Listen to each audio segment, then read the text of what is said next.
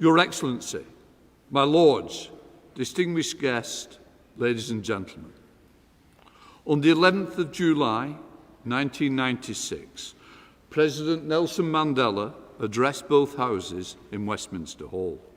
His moving and powerful address did not flinch from the dark parts of our two nations and shared history, but it also recognised the many Britons who had campaigned to bring about change and long links between our two countries. He spoke of our common humanity and our human capacity to touch one another's hearts across the oceans. He said, "We come to you as friends." We are proud to have had that friendship shown in his addresses by your predecessors. We are proud that just over 25 years later, the President of the free, democratic South Africa addresses us once again. President Mandela was open about the challenges facing the new South Africa, but he also set out the ideals which would shape the future. As a Member of Parliament, let me express my admiration of the parliamentary system in your country. I hope you will convey my sympathy to our parliamentary colleagues at the dreadful fire of the South African Parliament earlier this year. Our buildings embody our history, but ultimately its parliaments are made up of the people, the ideals which inspire those people and the values they hold to. The South African Constitution is widely recognised as a model of its kind. It sets out the values that underpin it: human dignity, the achievement of equality and the advancement of human rights and freedoms, supremacy of the Constitution and the rule of law, universal adult suffrage, regular elections, a multi-party system of democratic government to ensure accountability, responsiveness and openness. These are the values that we share. Let me acknowledge the leadership South Africa displays in promoting these values, not only in South Africa itself, but more widely. I note you yourself, Mr. President, were chairperson of the African Union in 2021. That union has among its aims encouraging international dialogue, promoting peace, security and stability, and promotion of democratic principles and institutions and good governance. In addition, South Africa is a member of the South African Development Community, the United Nations, and the only African country of the G20. It is a mark of respect in which your country is held that South Africa is regularly invited to G7 meetings, including the summit in Curtis Bay, Cornwall in 2021, when the United Kingdom was president of the G7 and was able to welcome you. The links between our countries are strong. We are fellow members of the Commonwealth and the G20. The UK-South African Bilateral Forum has a 2-year programme of activity across 16 different areas, ranging from health to climate cooperation, priorities which are shared by the UK government. And links between our parliaments are strong. They are formal links through both parliaments' participation in the Commonwealth Parliamentary Association and the Inter-Parliamentary Union. There are informal links through our all-party parliamentary groups on South Africa, whose aim is to foster mutuality, beneficial relationships between the United Kingdom and the Republic of South Africa, in particular between the two parliaments, civil society, business and commerce, arts and culture. So, Your Excellency, I am pleased to welcome you and to express my hope that your visit to this country will be an opportunity for us to continue our two countries' partnership for peace, freedom, prosperity and friendship, which Nelson Mandela looked forward to over 25 years ago. So, Your Excellency, may I now ask you to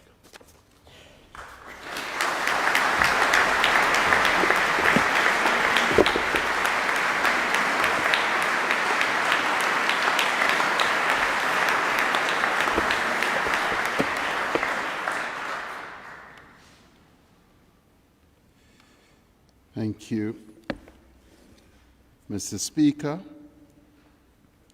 the Lord Speaker, honorable members, distinguished guests, and ladies and gentlemen.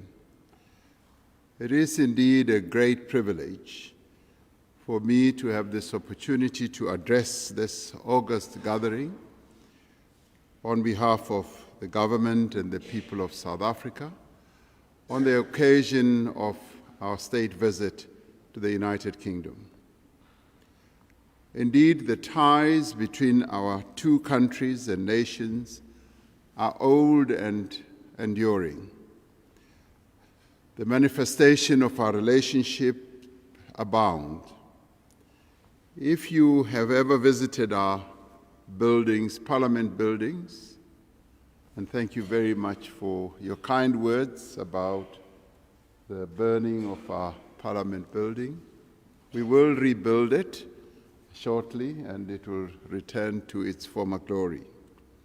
But if you have ever visited our Parliament buildings in Cape Town, you may have seen in the gardens a statue of Queen Victoria, the revered ancestor of His Majesty King Charles III.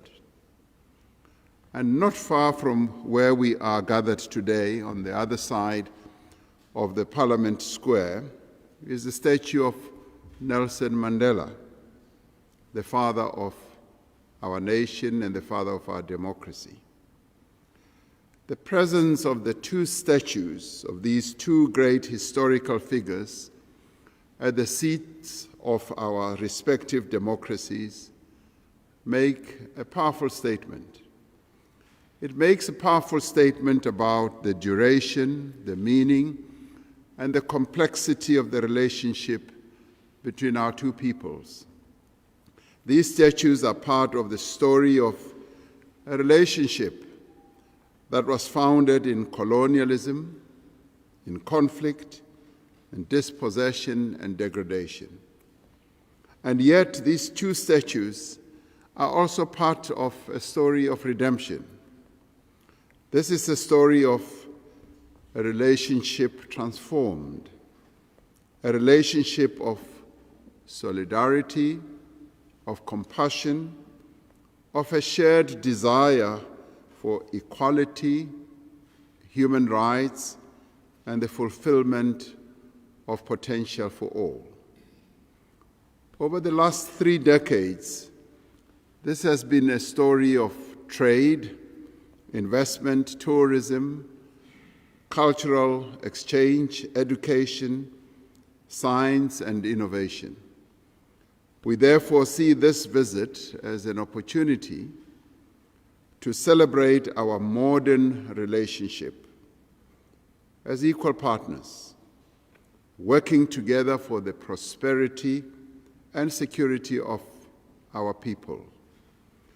We are grateful that the principles that are represented and safeguarded within these hallowed halls, democracy, liberty, humanity, and equality, are now at the center of our strong and dynamic bilateral relationship. These principles not only guide our interaction with each other, these principles also inform our shared perspectives on the difficulties confronting humanity and the opportunities of progress and development. Our world today is beset by conflict and instability. It is also beset by poverty and inequality. We face the existential threat of a planet that is warming at a rate far faster than can sustainably be endured. Collective action within the appropriate global governance systems is now more important than ever before. A strong partnership between South Africa and the United Kingdom could make a significant contribution to multilateralism and the achievement of consensus on critical global issues. It is essential that we reform the international institutions on which we rely in times of crisis and need, just as it is the case now. We look to the United Kingdom to raise its voice in favor of more representative and more inclusive international bodies, including the United Nations Security Council and global financial institutions. These bodies need to be better equipped to respond to the needs of countries with developing economies. Our membership of the Commonwealth provides us with a body that can play an important role in crafting relevant and innovative responses. Over lunch at Buckingham Palace, I had the opportunity to discuss some of the various initiatives that can be embarked upon by the Commonwealth under the leadership of His Majesty the King. My lords, ladies and gentlemen, the COVID-19 pandemic exposed many of the fault lines within the global order. It laid bare the huge disparities in wealth, in power, in technology, and health capacity. It also demonstrated both the capabilities as well as the limitations of institutions of global governance, of finance and development. Therefore, as we work to rebuild in the wake of the pandemic, it is essential that we address the inequality within and between nations. Unless we act with urgency and purpose to close the gap between wealthy and poor, hardship and suffering will only deepen. Instability, conflict, and terror will also increase. We need to attend to the deficiencies in access to education, healthcare, safe water, sustainable energy, and economic opportunity if we hope to end the poverty that is handed down from one generation to the next, as it is in my country, South Africa. Nowhere is the need to tackle inequality more important than in our response to climate change. Those countries that carry the least responsibility for global warming are the most vulnerable to its effect. They do not have the resources needed to adapt to drought, floods, and rising sea levels. And as they seek to grow, as they seek to industrialize and to diversify their economies, their energy needs will increase and the space they have to reduce emissions will keep on narrowing. This places a responsibility on the more industrialized nations of the world to contribute substantial resources to low and medium income countries to fund their climate actions. And this should not be seen as charity. It is compensation for the harm done and the harm yet to be done to people in developing economies as a consequence of the industrialization that wealthy countries have had over many years. And because a global reduction in emissions benefits all countries and all people, it is also necessary that investment should be made for the future of humanity, as it will benefit all. We greatly appreciate the commitment of the United Kingdom to the implementation of the Just Energy Transition Agreement that was reached at COP26 in Glasgow last year between South Africa, the United Kingdom, the United States, the EU, France, and Germany.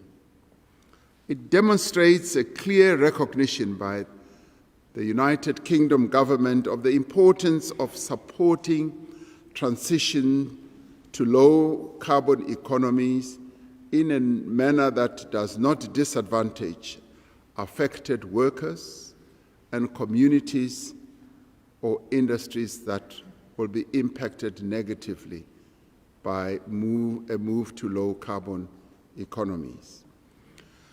We have called on the United Kingdom and other partners to ensure that a substantial part of the funding that has been offered through the Just Energy Transition deal takes the form of highly concessional loans, as well as grants, and of course, as well as investment by development funding institutions in the various countries, as well as commercial banks.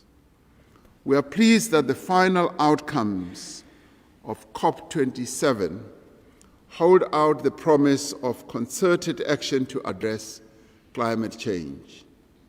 It was Nelson Mandela who espoused the vision of a global community of nations that strives by all means available to improve the human condition.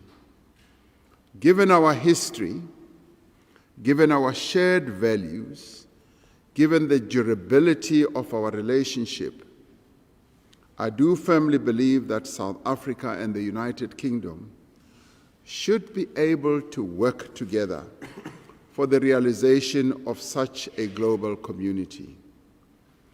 3 decades ago, the British people joined hands with the people of South Africa and with millions more around the world to free Mandela and to end apartheid. Yesterday, I had the occasion to meet a number of people under the Friends of South Africa label or forum. And all of them continue to say they would like to see South Africa succeed. They'd like to participate in the development of South Africa, largely encouraged by the message that Nelson Mandela beamed to the world about reconciliation and building a new South Africa from the ruins of apartheid. Now let us rekindle the moral purpose of the global fight against apartheid to confront the discrimination, inequality, and injustice that divides humanity and that stifles the progress of all. My lords, ladies and gentlemen, this state visit is an opportunity to reinvigorate the ties of commerce, of trade and investment between our two nations. The United Kingdom is the largest foreign investor in South Africa and the country's 5th largest export destination. Over the last 2 decades, the UK has been South Africa's largest source of tourist visitors outside of Africa. There are few countries that have the depth of experience and knowledge of the South African economy than Britain. British companies need to use this advantage to greater effect to seek out opportunities in our country for investment and trade. In meeting a number of British business people yesterday at the Friends of South Africa Forum, I was most moved by how a number of them say that they see great opportunities in a number of new industries in South Africa, in renewable energy, in infrastructure, in agriculture, and many others, and tourism as well. The cooperation in science and innovation between our two countries is significant, with rich potential for further expansion. Since 2015, the United Kingdom has invested more than 350 million rand in Newton Fund partnerships with South Africa, reciprocated by South Africa's investment of 100 million. The activities of the Newton Fund include a program to train the next generation of radio astronomers in sub-Saharan Africa, marine food security in the Indian Ocean, biomedical research and innovation, and support for entrepreneurs in the informal economy. Over 800 South Africans have benefited from the Chevening Scholarship Program, and there are currently over 130 South African PhD candidates studying in the UK. And yesterday I had the occasion to meet some of them. They are young, a number of them are women, and they have embraced the opportunity to study here in the UK with great enthusiasm. As the South African government and as the President of the Republic of South Africa, I'd like to see these numbers being increased threefold. And when I meet the Prime Minister tomorrow, that's particularly the message I'm going to pass on to him. I hope he's here and he's listening ahead of my discussions with him tomorrow. We are convinced that there is great scope to expand these areas of cooperation.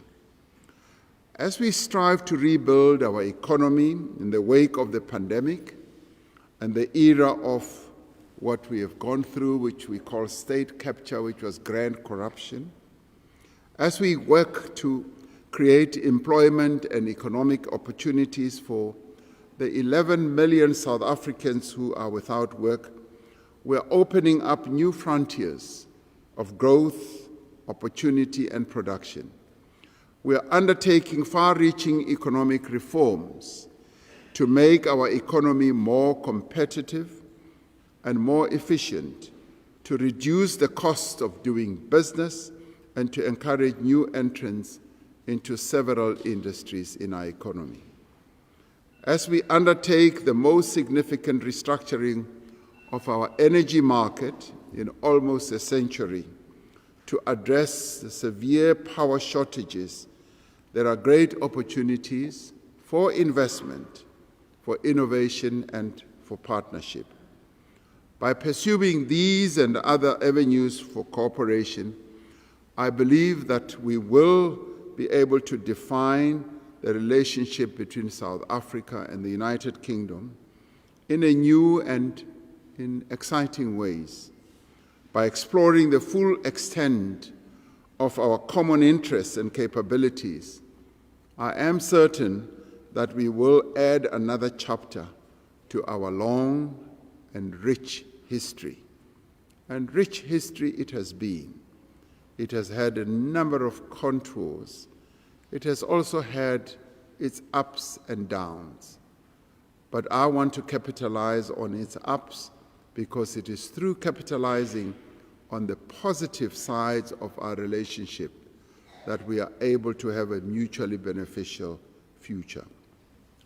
As the members of this Parliament, you have been vital and engaged participants in the evolution of the relationship between our two countries. You have provided support and encouragement. You have stood by us during our darkest hours, and you have celebrated our achievements. We thank you for your friendship. We thank you also for your solidarity and partnership. And I'm pleased to know that that partnership continues, and it continues to strengthen through various other fora that we have such as the Commonwealth as well. Please be assured of the sincere and enduring friendship of South Africans and its people. The history between us and the bonds between us are much stronger than the challenges that we may be going through or will go through in the future. Let us capitalize on the strength of the relationship between the two countries. Thank you very much.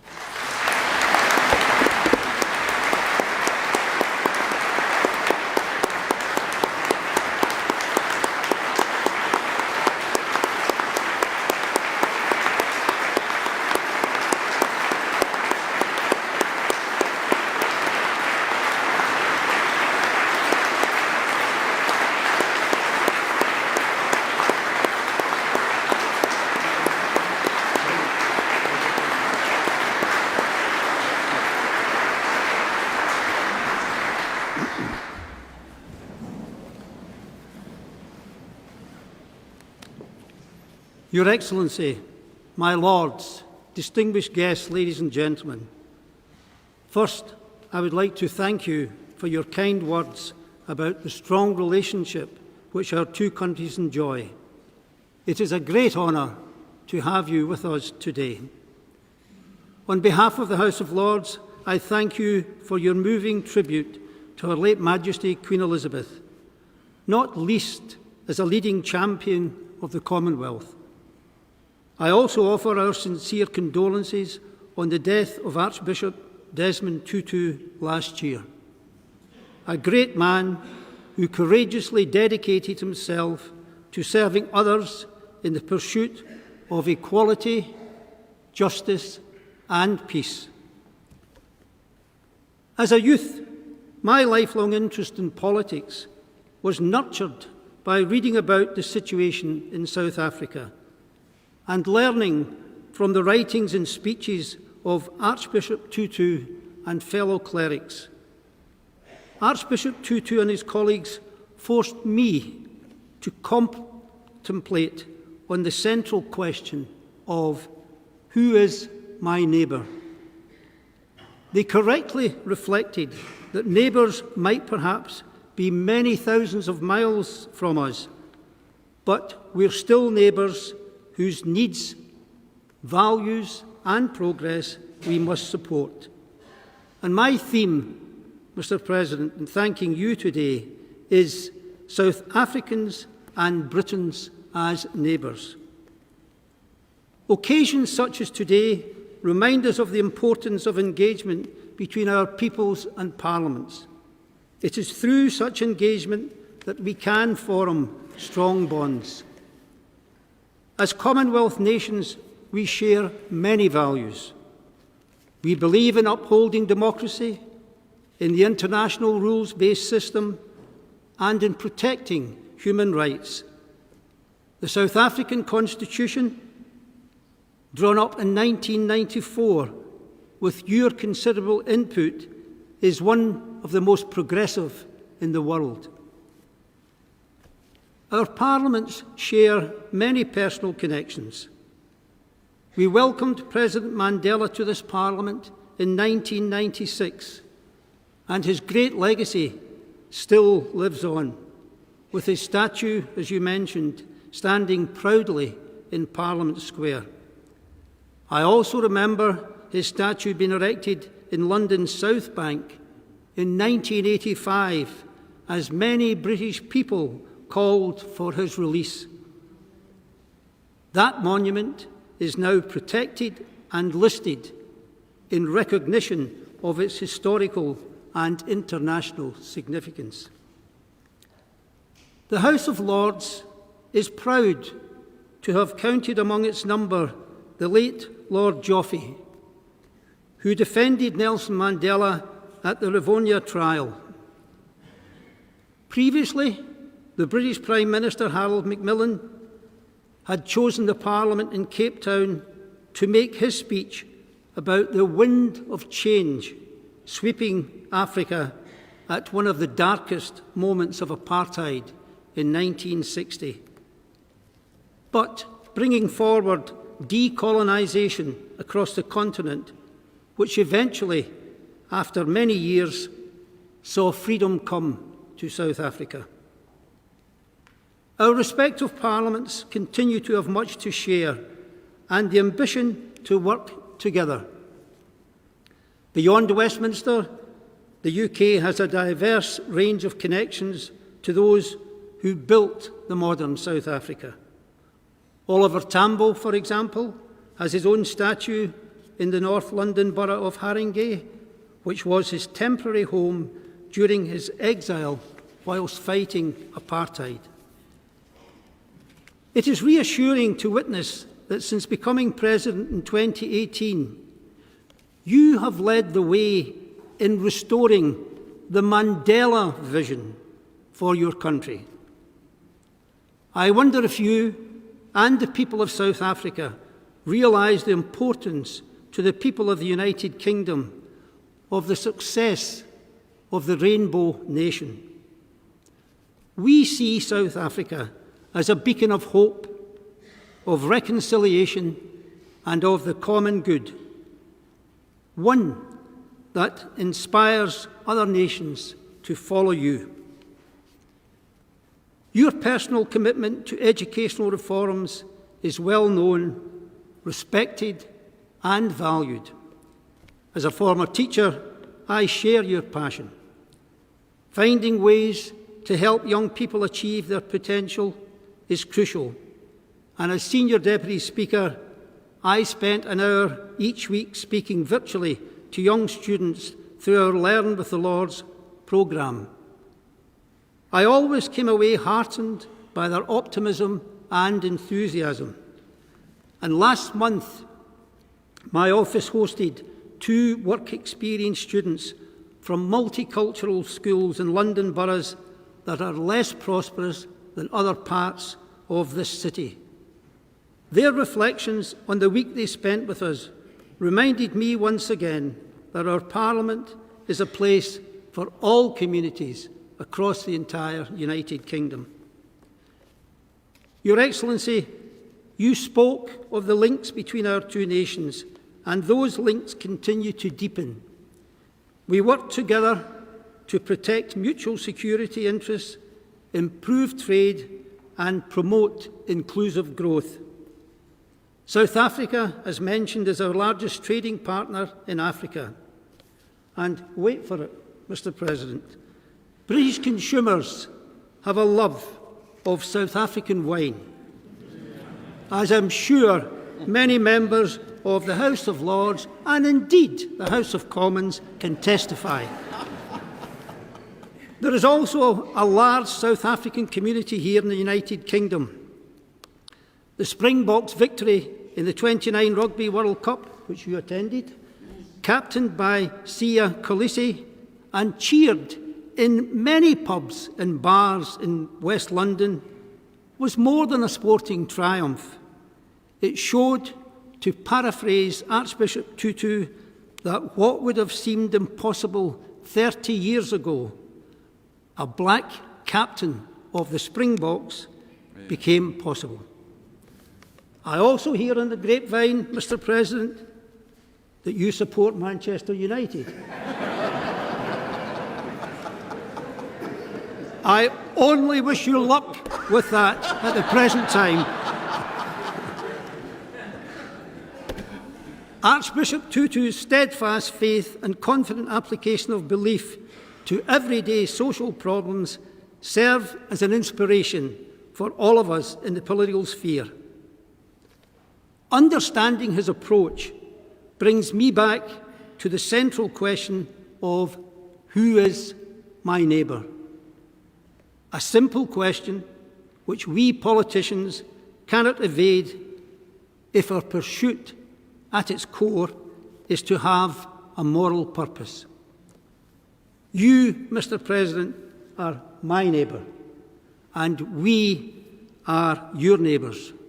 Our world is complex, and the present circumstances expose our vulnerability and the potential for increased polarisation, fragility, and disconnection.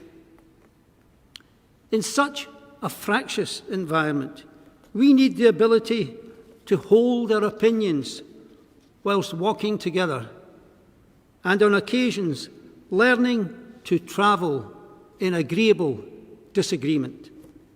So let us become expert in the art of the encounter. We cannot achieve a better world other than working together globally, whether that be through addressing, as you mentioned, inequality, responding to migration, resolving climate change, and pursuing peace and disarmament. You are our vital neighbours, and the realisation of the Rainbow Nation and South Africa's role on the global stage is significant. There is much for us all to learn from you. I conclude in a spirit of joint working and shared endeavour by thanking you, Your Excellency, for your visit to Parliament today. We look forward to our enduring and positive relationship, and we wish you and the people of South Africa well for the future. So, many thank you.